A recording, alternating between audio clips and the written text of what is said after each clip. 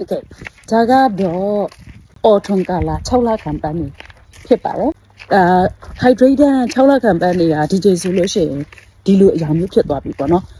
hydrated ပင်ကိုပြပါမယ်ဒါကပုံမှန်ဆိုလို့ရှိရင် तू ကမိုးပြရအောင်လိုမျိုးကာလာဖြစ်ပါတယ်ဒါပေမဲ့အခုတည်ရသည်ကြတော့ तू ကကာလာပြောင်းသွားတာပေါ့နော် so ဒါကတော့ hydrated ချောအိမ်မှာအလားတူအိုးပြန်ထုံးလို့ဖြစ်ပါတယ် so သူက6သွားလို့ရှိရင်လည်းတစ်ဆောင်းတွင်းလုံး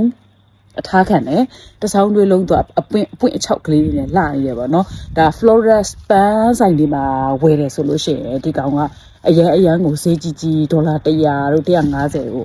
ပန်းတွေအချောက်တွေအများကြီးထူထားတယ်ဆိုလို့ရှိရင်အဲ့ပန်းအချောက်တွေကိုပဲဈေးရပေးရတာမနှဲပါဘူးပေါ့နော်ဒါကြောင့်မလို့ချောက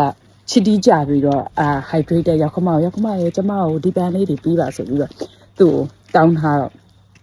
သူကကျမကိုခူးပေးလိုက်တာပါဒါ hydrated ဖြစ်ပါတယ်ဒါ6သွားတဲ့အရာပေါ့နော်မြန်မာပြည်မှာတွေ့ဘူးချင်မှာတွေ့ဘူးလေဒါ hydrated 6သွားတဲ့အရာမှာကာလာပြောင်းသွားပြီပေါ့နော် autumn ဆိုတော့